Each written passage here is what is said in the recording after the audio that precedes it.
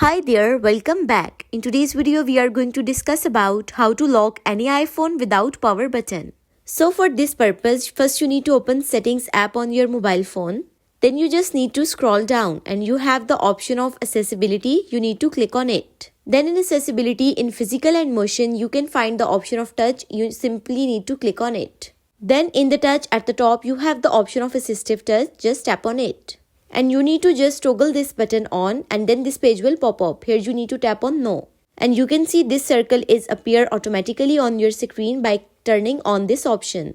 And then you simply need to click on this circle, then this page will pop up. Here you have the option of device, tap on it. Then this page will pop up. Here you have the option of lock screen. Once you click on lock screen, you can see your phone is locked.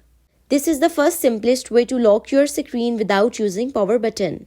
Then the second simplest way is go to touch home page and you need to scroll down. Here at the bottom you find the option of back tap, just tap on it. Then this page will pop up. Here you have two options, double tap and triple tap. You need to tap on double tap.